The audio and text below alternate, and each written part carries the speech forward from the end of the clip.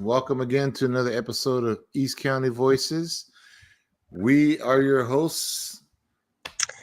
We're missing one, but hey, Mary, how you doing tonight? I'm doing great. I'm Good. doing great. I'm so happy to be back with you and Miss Patty. Love Yeah, you guys so much. love you too. So, what's new with you? Sorry. For me, Yeah. my son graduated from high school, All right. All which right. was Congratulations. right. Super excited about that. I have met new people this week that have given me inspiration. Nice. Um, I'm reading a book with my friend Omar, which I hope to have on a future show, called Defending Slavery, the Old South, which is like the hardest I've ever had. Oh, okay. What else? Yeah, I think that's what I've been doing. I should have been going to some of your events, Ah, but I've also been feeling a little antisocial. that's fine. There'll be more events in the future. So, yeah. So, Miss Patty, how are you doing So tonight? tell us about the event that you threw this week. We had a clothing outreach last Saturday. Brown Beret National Organization threw a clothing outreach out here in Antioch, which is me, and we had a good time. I forgot that there were more brown berets there. Yeah, we had the Oakland captain as well there. I'm captain for the Pittsburgh, and then we had the Oakland captain come down and help out. Shout out to Captain Al for his participation. God, you can never say that fast. I gotta make sure I say it slow. It's like aluminum. Right? Yeah, exactly. So anyway, we had tons of clothes from different. Shout out. We had Team Jesus gave us food. Sister Flory and her team. Oh, Awesome. I love Flory so much and all her hard work. I really hope to see that grow and become a bigger thing. Yeah, and then we had Sister Susan from Grace Bible Fellowship donated a whole truckload of clothes, and I was like, oh my God, and I was like, I ain't gonna get rid of all this. It was like a lot. It was like a mountain, but we got rid of it. So where are you bringing it? Are you bringing it to the towers? Huh? We were at the park. We went to City Park and did it, and yeah, it was nice. Okay. Yeah. There, we gave everybody warning ahead of time, and there were like low-income families that came, and of course the houseless community as well. We got some comments already. We got Sean. What's up behind the panel? Hey, Sean. Hey. We're doing good. Sean, tonight. I was just talking about you, how much I miss hanging out with you. I had to take Sean to the movies tomorrow. Drop him off. Wait, where are you going? What movie? I don't know. What movie you gonna see tomorrow, Sean? Well, we're waiting here. Let's see. Boom. He's not. He's typing slow. Just kidding. Thursday is a weird night to go to a movie, don't you think? It is. It is. Oh, he's gonna see. Oh my goodness. It's a weird night for me. Ooh, Fantastic Four. Hey, do you need an old lady date that's married? Meet him over there tomorrow at 2. 2 oh my God, at 2? Yeah. Yeah, that's not gonna work for me. I gotta work tomorrow. No, everybody else I know goes on Tuesday because it's like cheaper to go on Tuesday, It's like $5 Tuesdays or something at AMC. Yeah. I don't know. Yeah. Let's hit me up if you want to go see a movie at AMC. I'll spot you. There you go. I don't do well in movie theaters though. Not even if they have big massaging chairs. Ooh, what's that? That's Brentwood, huh? Oh God, yeah, it's a good thing. Hey, wait! Nope, there's no kitties doing on chickens. No. So yeah, Sorry. so he's gonna go watch Fantastic Four. Uh, and then go on his channel when he starts going live. He's gonna start going live talking about all these movies that he watches and the different things that he'll be buying. I think he's gonna be buying. They have they have the little popcorn canisters. They have a big one, Yeah. and it's Galactus, and it's $80. Oh, that's fun. 80? $80. Wait, 80? Yeah. 0? 80. Oh, 80 God. bucks. Sean's thinking of buying one. So, but if you do an investment, My God, crazy. if you do an investment like that, I'm gonna make sure that there's nobody. Don't put no popcorn in there. No. You No, know, are just- you going to auction it off later, Sean? Sean, why are you not on the show? I got questions for you, buddy.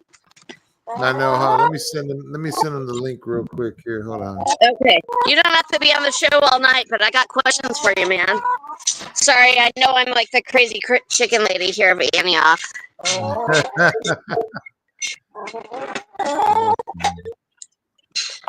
Guess who's back? Oh, Hey, Hi, Johnny. guys. Was I gone long? yeah. Yeah, It's I think okay. where we missed you terribly. I missed We're, you guys. We were we're asking talking you about an questions. $80, what is it, popcorn? Yeah.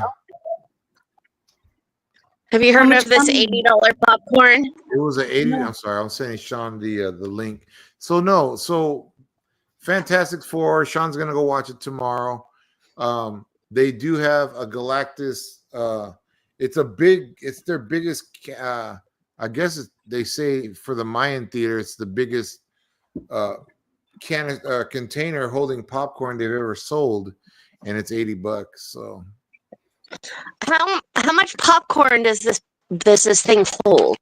That don't was what know. I wanted to know. Exactly. I know, right? Oh, Popcorn Sean And I was also talking- want to know what that amount of popcorn would do to your glycemic numbers. Oof.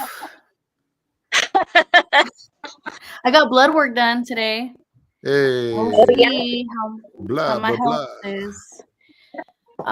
Health is wealth. We do have Yep. to check our sugar levels and our blood levels and all that good stuff. Did we kick off our? Go ahead, Robin? Larry. I said I started taking lots of supplements because of that. Hmm. We should all compare what we take. I'm down. Tacos. You take tacos? I don't take no supplements. I don't know. That is for your mental health for sure. I just eat all the right foods and stuff. I don't know. I stay away from milk because that's baby calf formula, according to my daughter. And Wait, I baby, drink Coke, baby what? baby calf formula. Oh my god, I thought you said baby cat. Oh no. And so I drink coconut milk. So I don't know. Plus I'm lactose anyway. I don't need to be drinking milk. Mm. But No, you don't need to be drinking milk. yeah, I got no business My drinking. mom Oh wait, doesn't shut either. up. Hold on. Here we go. Da-da-da. Hey, Sean! Hi, Dawn. Hello.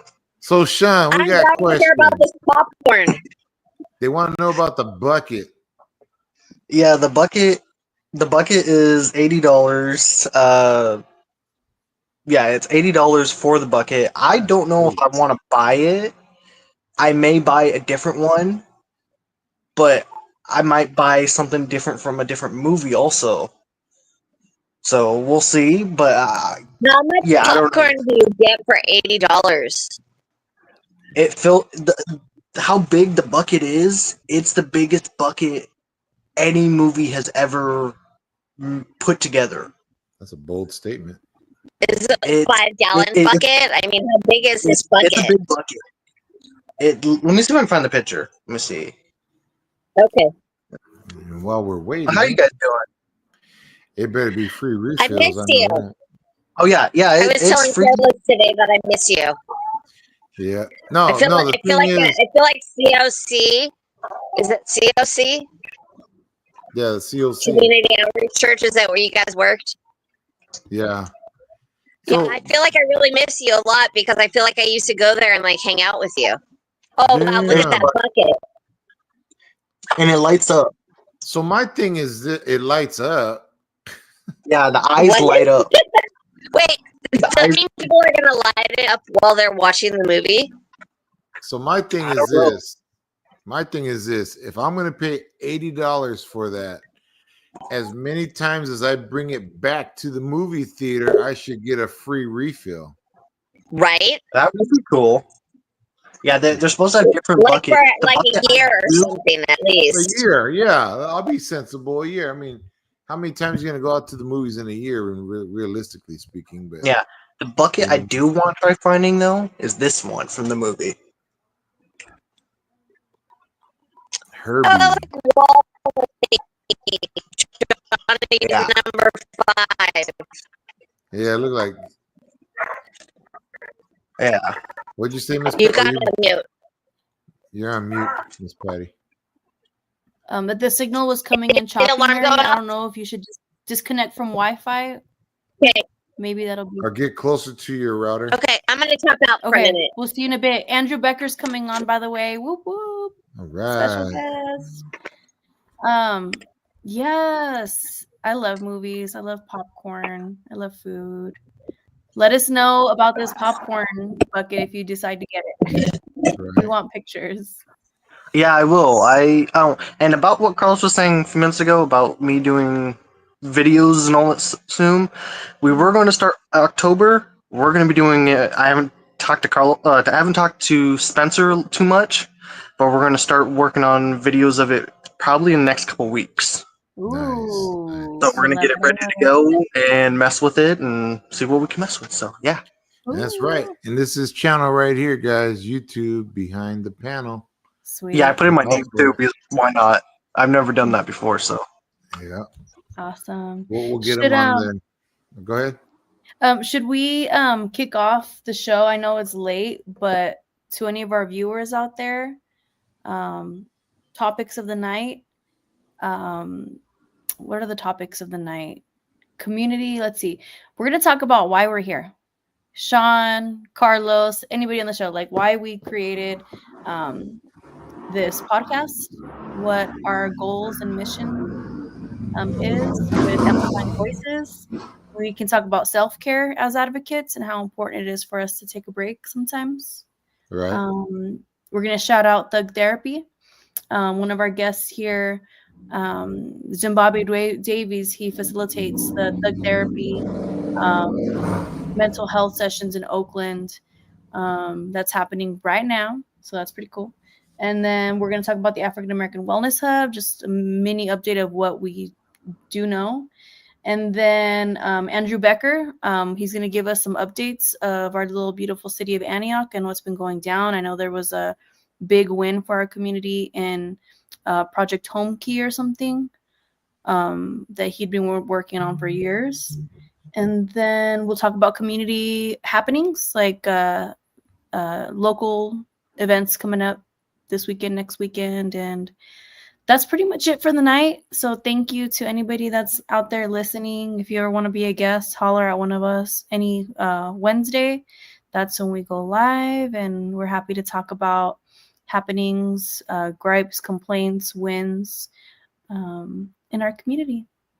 So Right. with that, let's see. You still there, Sean? You want? Yes, I am. You want to go first about what was the question? Why we're here? Mm-hmm. Why do we podcast? Why do we have these community conversations? To let people know what's been happening and let people know if they don't know what's happening, let others know also. Yeah. Yep. And to our people out there, you can share this link.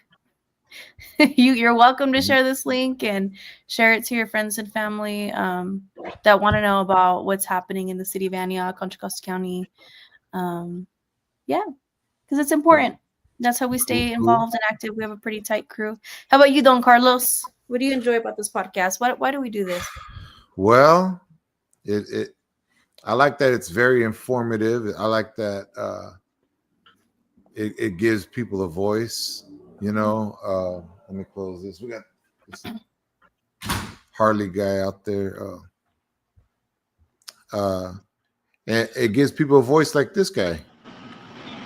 Oh, hello. Yep. Hey Right on. everyone. Perfect timing. Right Am I on. in? Right on time.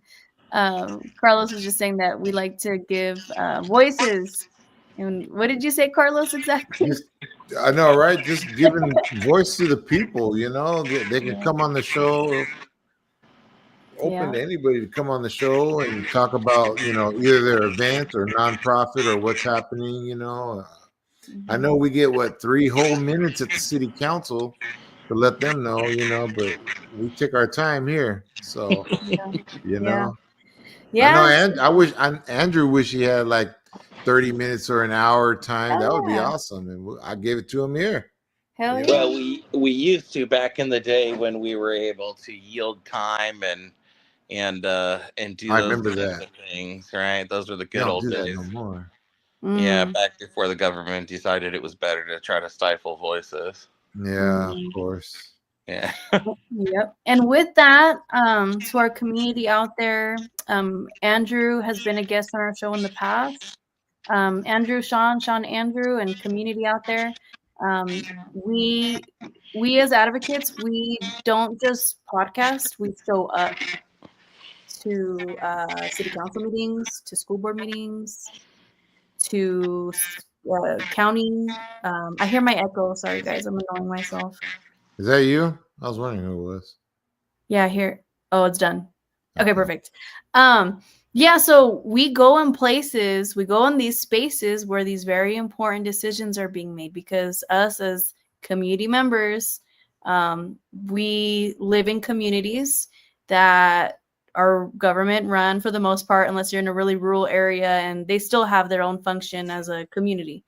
So with that, we are actively involved. Andrew he's one of the key players in community impact and making of history in a big fight for housing rights, a lot of social justice. He was at our at the 4th of July parade in the big old truck with the flags with our people. That was fun. And so what Andrew does is he rocks up in places and spaces and holds elected officials accountable because they're accountable to us.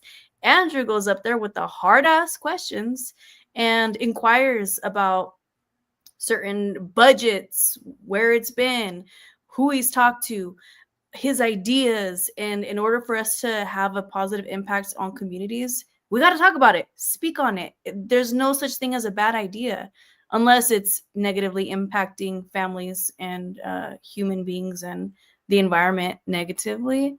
Right. But other than that, so shout out to Andrew Becker. Hey, Andrew, on our little topic list today, we have advocates, self-care, why we're here, men's mental health, addressing African American Wellness Hub, and then we'll close out with backpack giveaways, community events. But we'll start with community updates. Give us the tea, because there was a big win recently, and I know you were a big part of that. I believe that was Project Home Key. You want to give us a spiel, and you're not limited to 3 minutes. Yes. So, I appreciate you all having me on again. Always enjoy the conversations, and, excuse me as I get a little comfortable here and settle in, because it's gonna be quite a chat. And I'll tell you, I have been, as you mentioned, really working to bring solutions, opportunities to the city. But as you said, Patty, looking at accountability, right? To understand where we're going, we have to know where we are. And to know where we are, we have to understand where we came from, right? It's a cycle. And so if you don't bring one piece of that cycle, you don't have a full understanding, okay? And then you can't move in the right way. And that's what's happened in Antioch. You have a lot of movement, but nobody understands what's happened in Antioch. How did we get here? How did we get to a space where so many dollars are thrown around, but no resources are there for people, right? Hundreds of millions of dollars gets poured into our police department, but crime continues to rise, and our police department becomes investigated and indicted, right? And so, Facts. where does this story start? And so, I will Ooh. first lead with Home Key, but then, if you all would like, I'd like to spend a couple of minutes talking about the city's budget, because we just finished up our budget process, and talking a little bit about how Antioch has gotten to the financial position it's in. Mhm. Okay. So, Absolutely. everybody out there, grab some candy, grab some popcorn. Make sure you got a cold drink because the movie's gonna start soon. And I'm gonna tell you right now that it's not the trailer that we thought it was. Okay, we have this picture here in Antioch of this beautiful community that was shaped for the people by the people, but that's not true. The people who made these decisions here in Antioch could probably fit into one room. And I'll tell you, they like to go into that room and close the door and make those decisions themselves. So with Home Key, hi Mary. Mary hopped on. She heard that it was going down, so she's like, I'm gonna get on. So with Home Key, we have some phenomenal news. For those that don't know, the quick rundown is Home Key was a state funded program, millions of dollars that the state created to build permanent supportive housing or to convert hospitality, right, hotel space into permanent supportive housing. This round of Home Key is built a little bit differently. It was built out of Prop 1, which was a voter funded initiative, which was $6 billion that went towards affordable housing for low income individuals with behavioral health and mental health conditions. Did you say 6 million or 6 billion? 6 billion With the B. with a B, yes. All $6 right. billion. So out of that $6 billion, 2.2 billion went towards the housing component, which they put into this most recent Home Key round. So the city of Antioch worked with a developer to submit an application to the state of California for a roughly $34 million grant application to acquire the Comfort Inn on Mahogany Way in Summersville there in Antioch, a 119 unit hotel, and convert it down to roughly 85 units for extremely low income individuals with mental health, behavioral health conditions. Now, those will be permanent supportive housing units. So those will be units that individuals will pay under 30% of their median income in rent, and it will be long term. There is no time limit for that housing. And it's also in conjunction with county services. So the county will be coming and providing on-site services, case management services, and helping to provide those wraparound resources. So the application is into the state of California. The state has just started putting out its awards. The good news is that out of the $2.2 billion that was made available, there was only a request for around 1.5 billion. So that means that there should be enough funds out there to fund all of those projects. Ours being one of those 67 projects, and we're hoping to get an award here in the next 30 to 45 days. Ooh. Okay. All right. I love that. I love that so much. Now, this all going through this budget process, the city of Antioch, for that $34 million state grant opportunity, they had to commit up to $19 million over the next 15 years. Now, the city of Antioch begrudgingly was willing to make that decision. Luckily, we had council member Torres Walker. In this case, it was actually council member Freitas who saw the state opportunity, and council member Rocha and Wilson. The mayor did not vote for it or support it, unfortunately.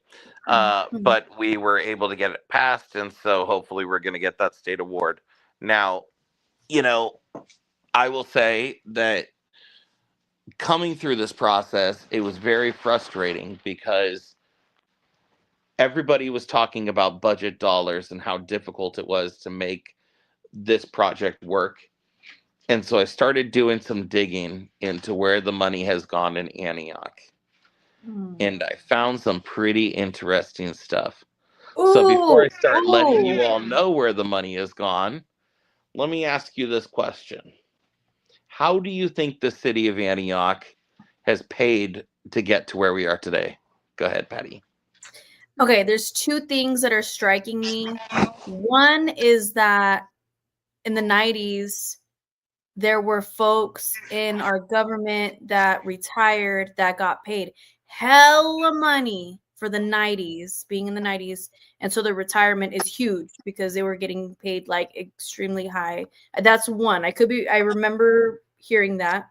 The other one is it happened in the city of Antioch and the school district where there were positions of people in seats that services were supposed to be provided, but what was happening instead was that money was getting funneled and those jobs were not existent. They were just on record, but not like in real. And I remember hearing that at a city council. It kind of slipped out and they kind of just rolled over it.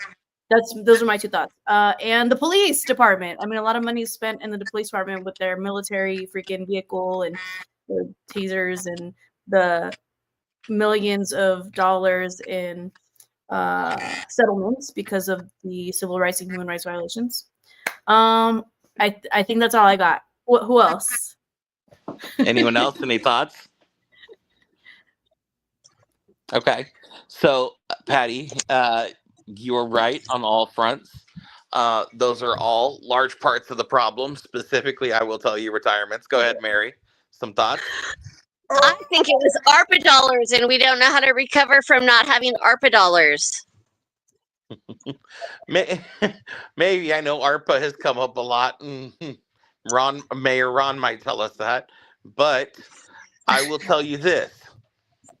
Does anybody know about? Well, okay. So I'll tell you a little bit of history once again in the city. Okay, the Okay. city in 1950, 1948, 1950, the state of California created the Redevelopment Agency Act, and that allowed local cities or governments to create a redevelopment agency. That Okay. along with that redevelopment agency, you were able to become a public financing authority and issue debt to issue finance.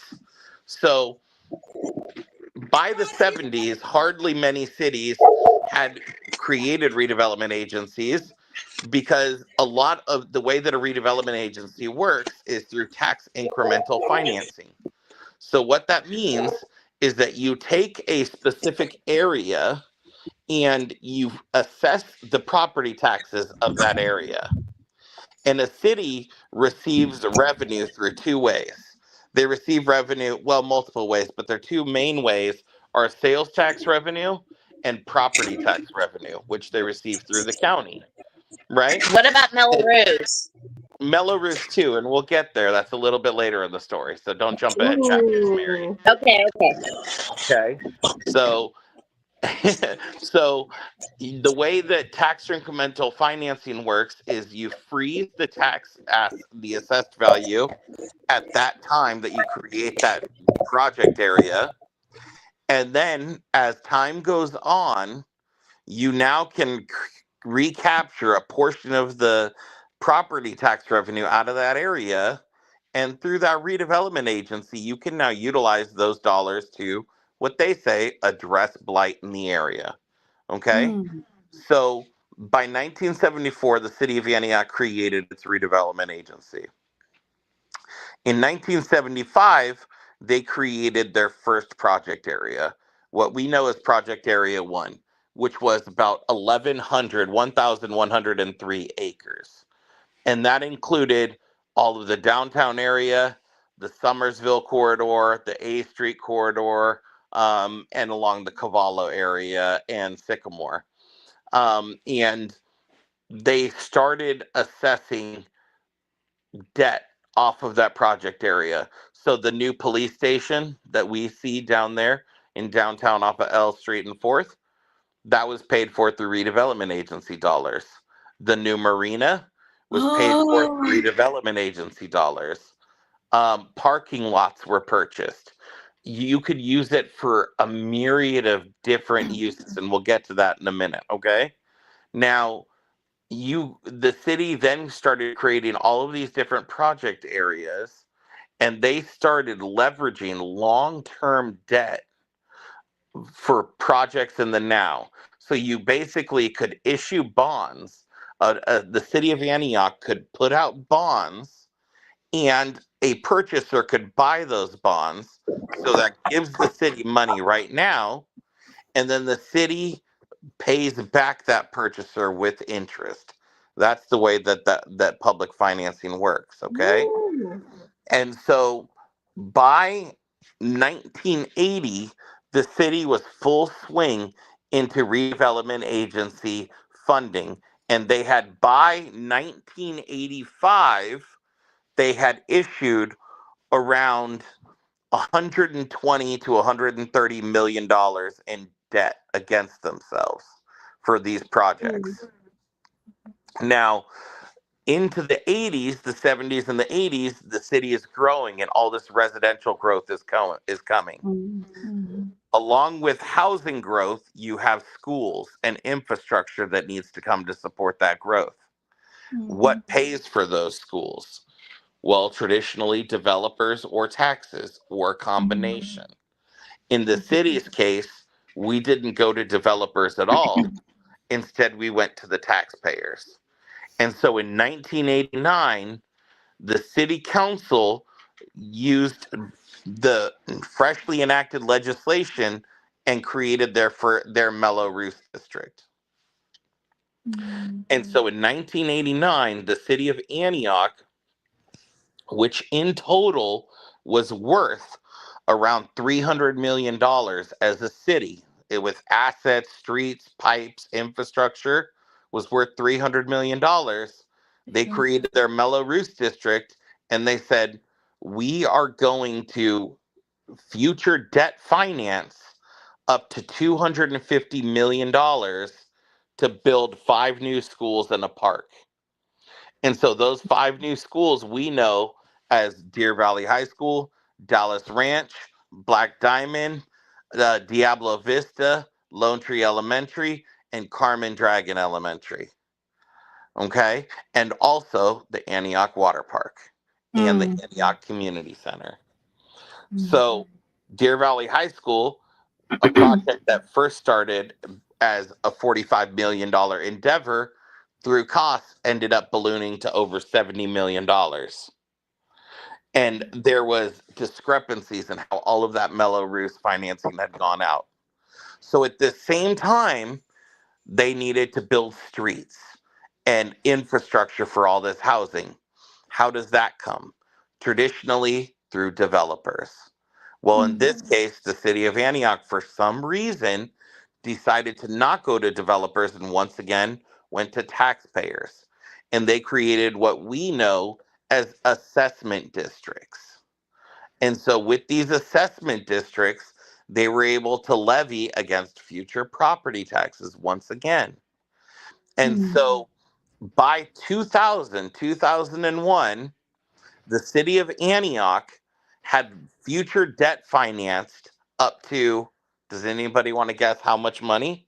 In 2000, and I'll give you a bit of an idea, in 2000, the city of Antioch itself as a whole was worth about $375 million as a whole entity. How much do you think that they had in future debt financing obligations? I'm going to say double. Maybe that's too much. You're close. It's about $500 to $600 million is how much they had financed against themselves. Ooh. And so what then started happening was the economy started turning. The housing market started turning, and sales tax revenue dropped off. So all of these assessment districts and financing authorities didn't have enough money to pay their debt service obligations, as well as the ongoing maintenance for the projects and the areas within them. Go ahead. Question. What is and like what makes it an assessment district? Is it like a test district? They're testing out the investment, or what does that mean? So an assessment district is when you create a new area, okay? Like when you're building a city and you're building a new neighborhood, right? Like a large community with these like 500 or 600 homes, or even larger, you have to bring new infrastructure to that area. So new water pipes, new sewer, new streets, the center medians, the sidewalks, the lighting, right? When you're bringing all of that, the city creates what's called an assessment district, and all of the homes around that area are assessed a certain amount of money every year that goes on to their property taxes, and they pay that, and that revenue that comes in goes towards paying for those projects that were done in that assessment district With those taxes. Gotcha. with those taxes. Okay, Now, traditionally, once again, you have developer agreements in a lot of communities, so you put a lot of that upfront infrastructure cost on the developer, because who wants to come and build up your city? Is it Patty coming to Antioch and saying, I want to move to Antioch, so you should put 600 homes here? No, it's not. It's Davidoff Homes coming and saying, we want to build 600 homes, and people like Patty are going to come and move to your city. So then Davidoff should have a responsibility to pay for those costs too, right? Yeah. Instead, we took the costs of building those homes and that infrastructure and put it on the future homeowners, and Davidoff Homes and other developers. They just sold the homes and reaped the dollar benefits and walked away from it. Oh my. So basically, I mean, and it's crazy, the redevelopment agency dollars. Some of these projects were crazy. I'll give you a good example. Has anybody ever heard of the Antioch Ferry? Nope. So in 1990, 1989, 1990, there about 88, there was a guy out of San Diego that had purchased a ferry boat that used to travel between San Diego and Coronado Island. And he was going to build a restaurant and a hotel on it down in San Diego.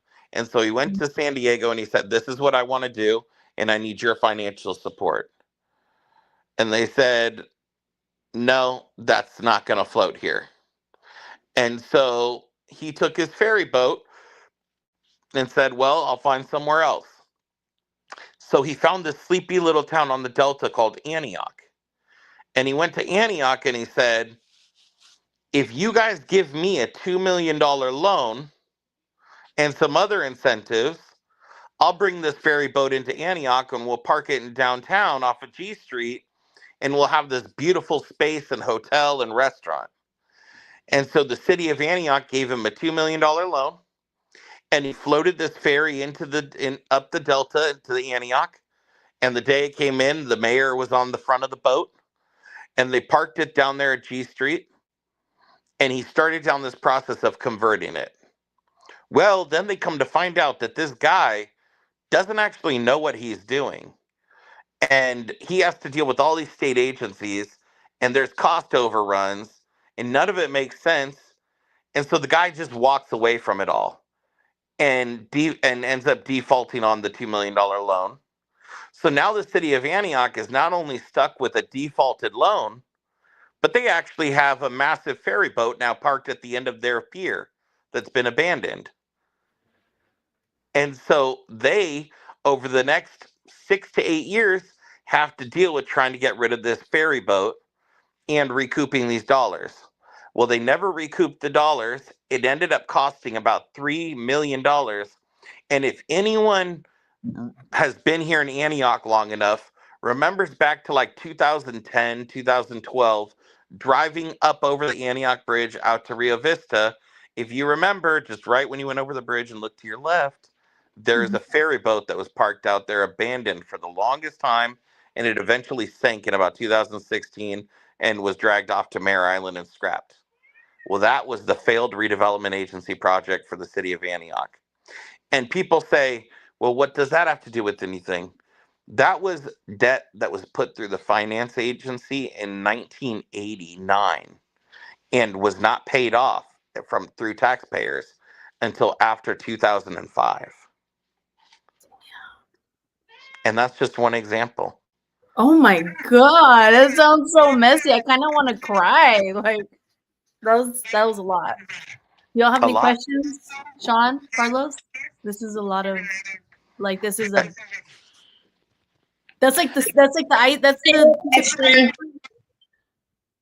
It's a lot to unpack. I mean, if you look at, for instance, the County East Mall, the Antioch Summersville Town Center, right? Mm-hmm. Let's talk about the history of that mall for a minute. That mall was built originally in the 60s, and it was an outdoor mall. So what that means is there was no enclosed inner area. It was stores that you accessed from walking around outside. Well, in the mid 80s, the city of Antioch, through its redevelopment agency, poured a lot of money into the developer and into that property to help them in closing it and turning it into what it is today. And it was branded as the County East Mall. Well, in 2004, the city council voted to change the name from the County East Mall to the Summersville Town Center in an effort to try to drive economy here in the city and brand it as a city urban core space. Well, unfortunately, that didn't really happen, and it continued to struggle.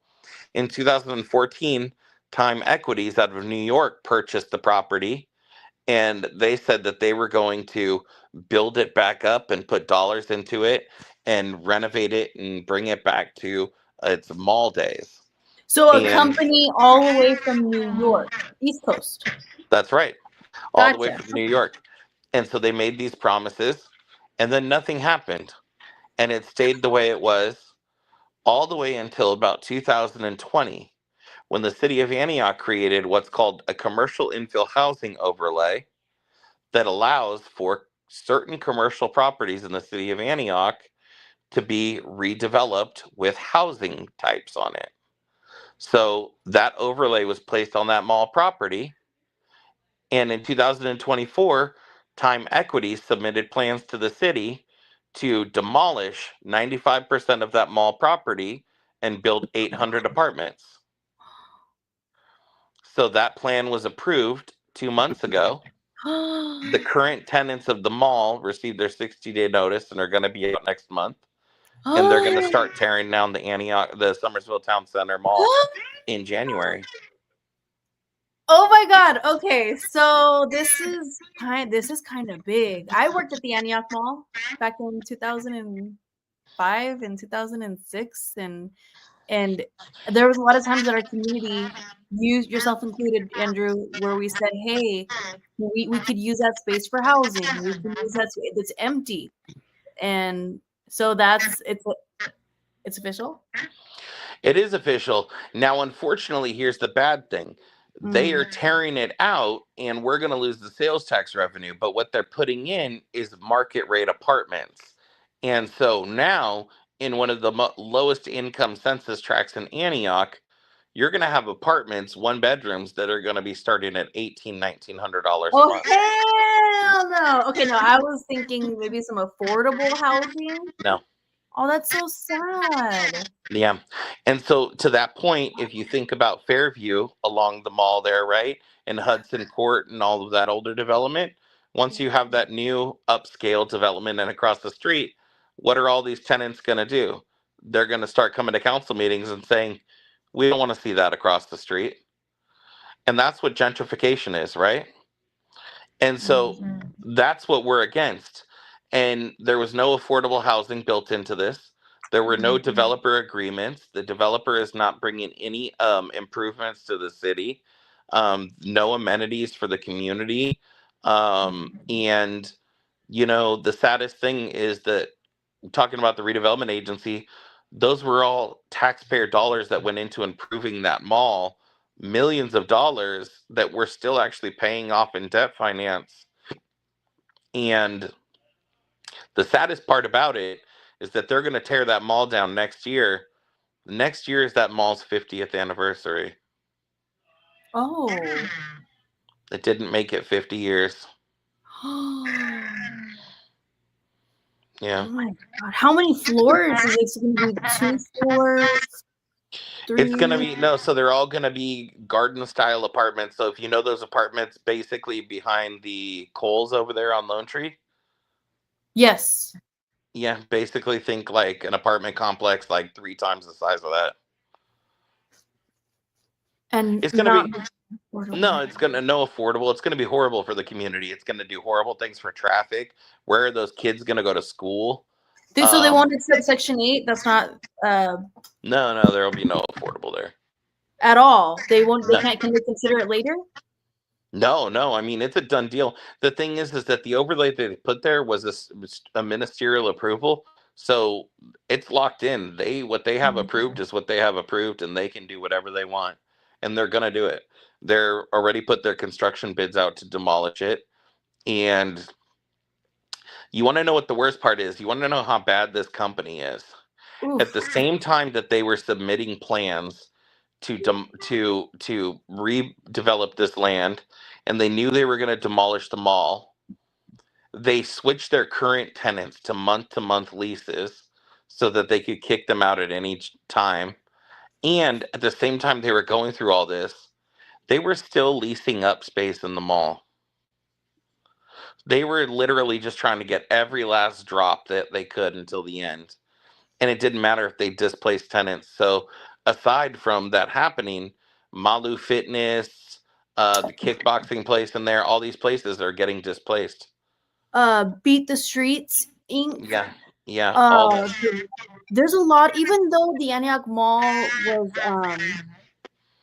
shot down in a way, run down ish, businesses kind of, it turned into a community gathering space for nonprofits. It did. So quite a few community outreach events there, and I thought that was great. It was affordable space that you could lease, and unfortunately, and then they gave them 60 days notice. So they said you have 60 days to go find somewhere else and keep your programs going.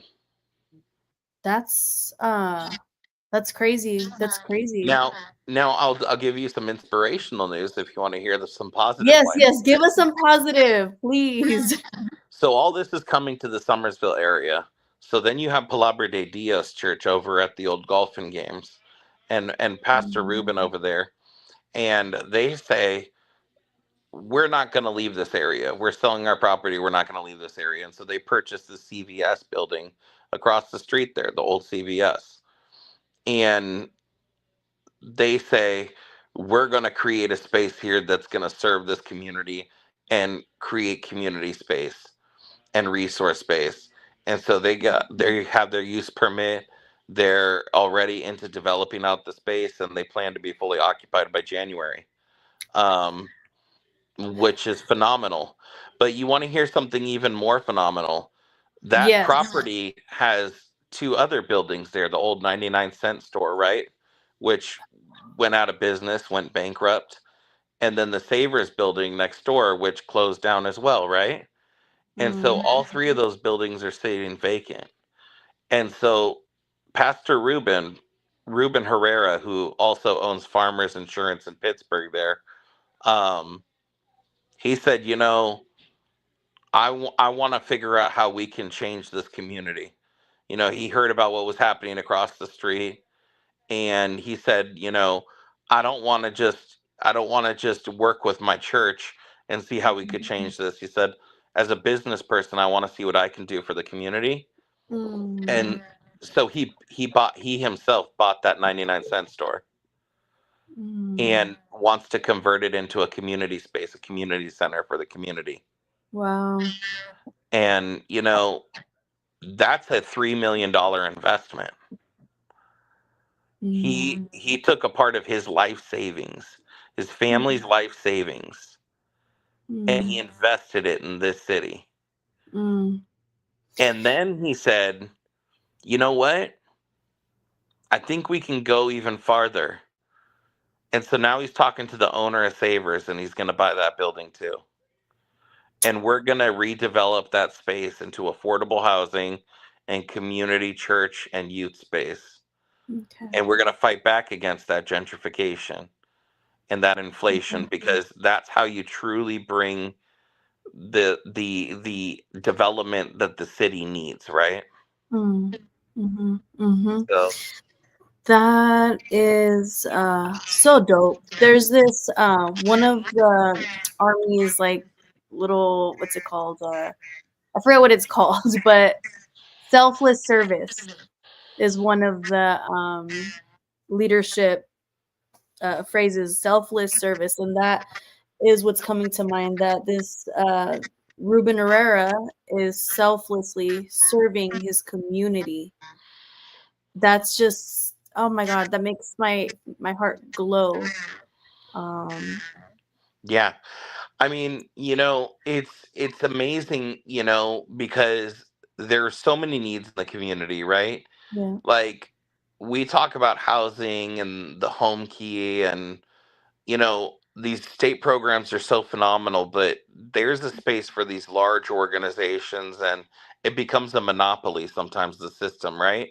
And so smaller grassroots organizations or just individuals in the community have trouble finding out how they can tap into those resources. And a lot of people don't realize it, but down at the county fairgrounds right now, in the back RV overflow lot space, there are 6 families that were previously unhoused that are staying in trailers that one individual himself purchased and went to the state and negotiated a lease with the fairground, and he's paying for them to stay there right now.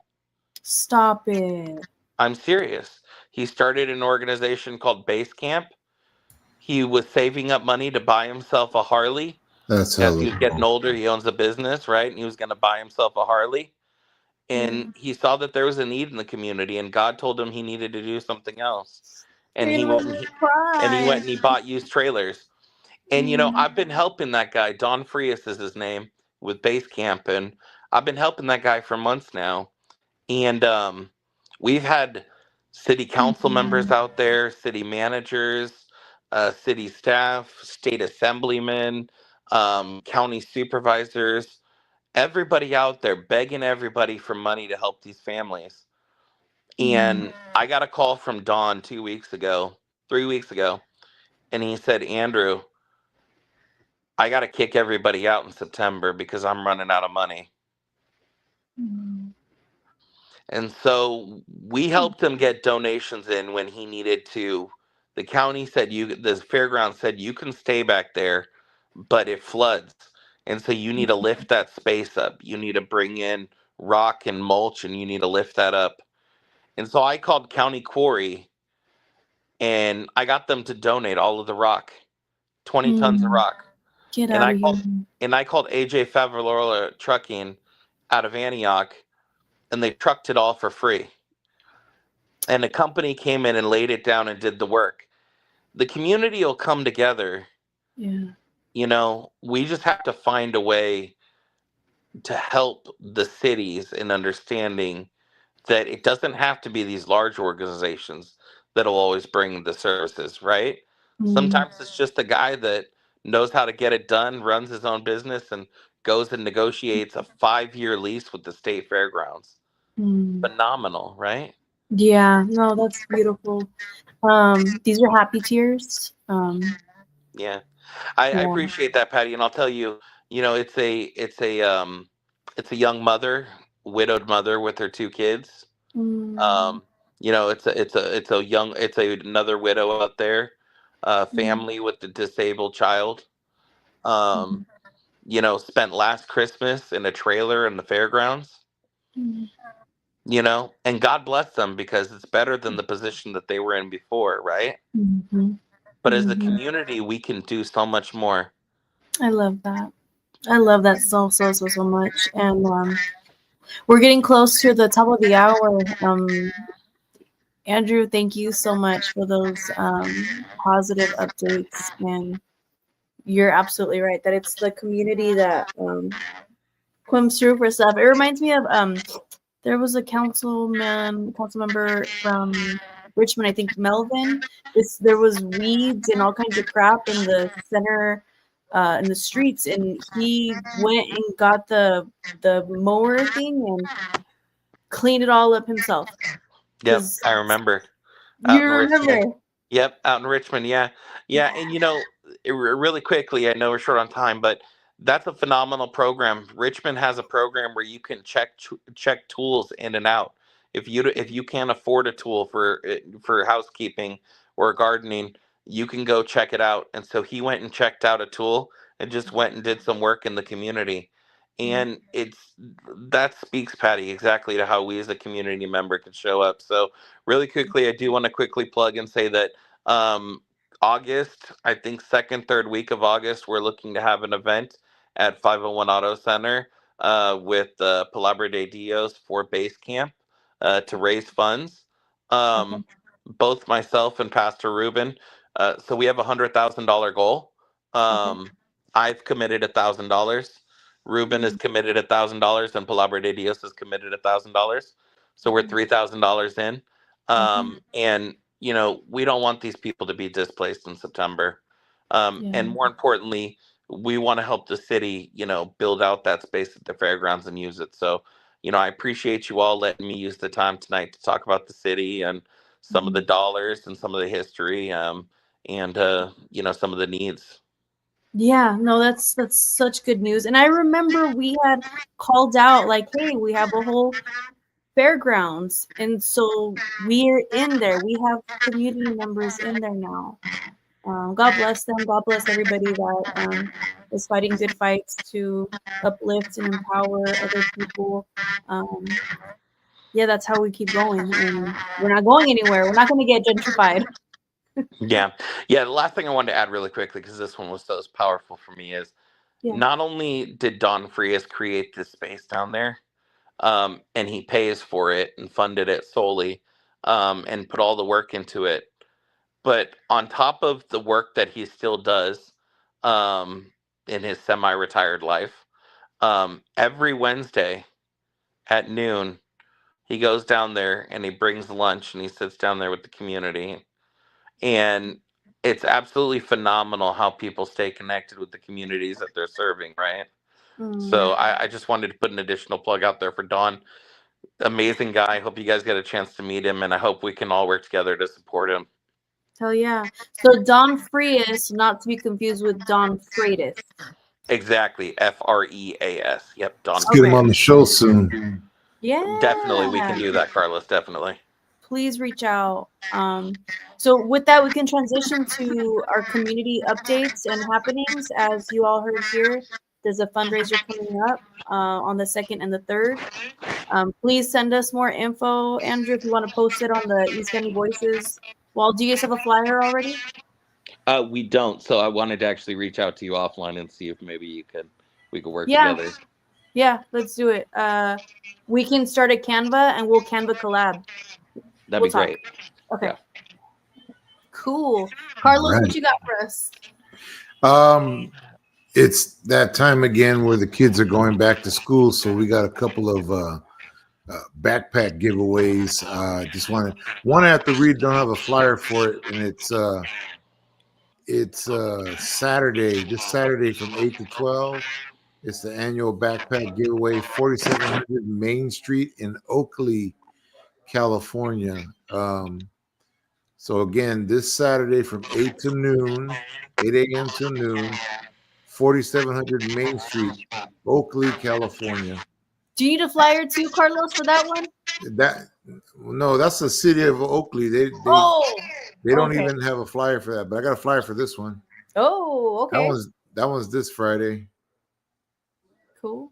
So this is Friday, July 25th, 6 to 8 p.m. This is another backpack giveaway. Oh, Andrew's back. Hey. Yeah, this one's going to be at the Marina Community Center. Pittsburgh? Yeah, Pittsburgh. Cool. So free event, free. We got again Pittsburgh Police Department reaching out. This is a free event at Small World Park. 2551 Harbor Street. This is Tuesday, August 5th, from 4 to 8. They've been doing a lot. Pittsburgh, police department's been doing a lot in the community as far as games and stuff like this. They even jogged last month with the people. And last but not least, our beloved Antioch. We got this. Ooh. The 4th annual multicultural festival. We got food trucks, live performances, kids zone, music vendors. This is gonna be from 3 to 7 at the Pruitt Family Park Hillside.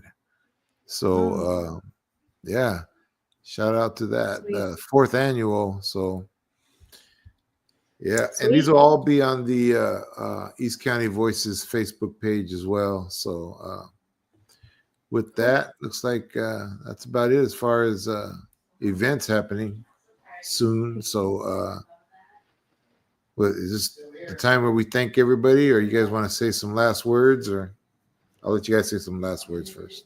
Last words. Dun, dun, Let's dun. go. Who wants to go first? Sean? I think Sean? Yeah, Sean, Sean. go ahead. Andrew? Who? I can go. Go ahead, Go ahead. Oh, Sean, back to you. Okay, I don't know what to say. Thanks for letting me join in today, actually. Been chatting just for a little bit about the popcorn bucket and everything. Yeah. But there's also good information about Antioch Mall. I didn't know about any of that stuff, so that was really cool to hear some of that stuff. I just recently, not even a year ago, I had my laptop fixed from a computer person inside the Antioch Mall, which was one of the places that was still in there. So just hearing about some of that stuff is like, wow. But hearing about, don't remember the pastor's name, the one that bought the 99-cent store. Ruben Herrera. Ruben, that's awesome that he was able to do that. It's good. Yeah, We'll shout out get to the Pastor bucket Ruben. later. And Shout out Pastor Ruben with Hell yeah. Palabra de Dios, and and he had took over. That was the church that he's at now was the old miniature golf course. So so now he's over at the new place. So that's gonna be awesome. More square footage, I'm assuming, or better location too. It is, yeah. I'll tell you, the golf and games facility was like 8,000 square feet, and the CVS is like 22,000 square feet. So it's a big jump. The best part about it is that they were able to sell their old facility to the Rock Church. So for a lot of people that know, the Rock did not. It was a church that's been here in Antioch for a while. That did not have a permanent space. Right. And was using different spaces, and so they were able to purchase the space, and they have a lot of great plans, and so it's going to continue to serve the community. They do a lot of great work in the community, and so our goal is to really use these spaces. And the last thing I'll say is that's the old park and ride, or that's the new park and ride that's going in across the street from the old golf and games. So, we have big developments coming to Antioch, and we got to try to find a way to get people to know about them right before they happen, so that they can add their voices. So those are some of my last thoughts. I think people like to joke and say I was a pastor in my past life. So I'm a bit long-winded, but I appreciate you guys again letting me use the space, and always appreciate the conversations, you guys. It's amazing the diversity and the variety that you all bring. I think you probably touch on every subject that there is to touch on, and it's so important, right? Because it's here in the city, I think we don't have those conversations, right? And so you guys create a space, and I'm always happy to watch and to jump on. So thank you. Thank you, Andrew. Always a pleasure to have you and all of our folks out there. I gave a little shout out on Facebook to thank you to everyone that's been a part of these community conversations. We've been like a year and a half strong now, and we're going to keep talking about these things because we need to inform each other. We need to spread the word. We need to spread the love. So yes, thank you all. Thank you, Sean and Andrew, welcome. Carlos. Always nice seeing you guys and hanging out for a bit. Yeah, thank you all, and thank everybody for tuning in for another episode of East County Voices. Again, we're on every Wednesday, 8 p.m. Pacific Standard Time. Make sure go on YouTube and like and subscribe and share. Share this podcast. Let your people know. Antioch, share this podcast. I mean, on TikTok right now, one of the videos that are going pretty popular out here is going to the Antioch Mall. And like, where's everybody at? You know, and they're doing a bunch of videos over there on that. You can look it up on TikTok. It's like a funny, but nobody knows now. You know, now we know. So spread the word on this show. To all your social media, so everybody knows what's going on. And Andrew had to hop off because of the signal. Mary had signal issues too. It happens, but he didn't hop off just randomly. But he said he loves us, loves the community, and we look forward to more updates. It does, yeah. The signals, yeah. But anyway, thank you all for tuning in, and we'll see you next week. Good night. God bless, and thank you for tuning in. Yes. Bye. See y'all next.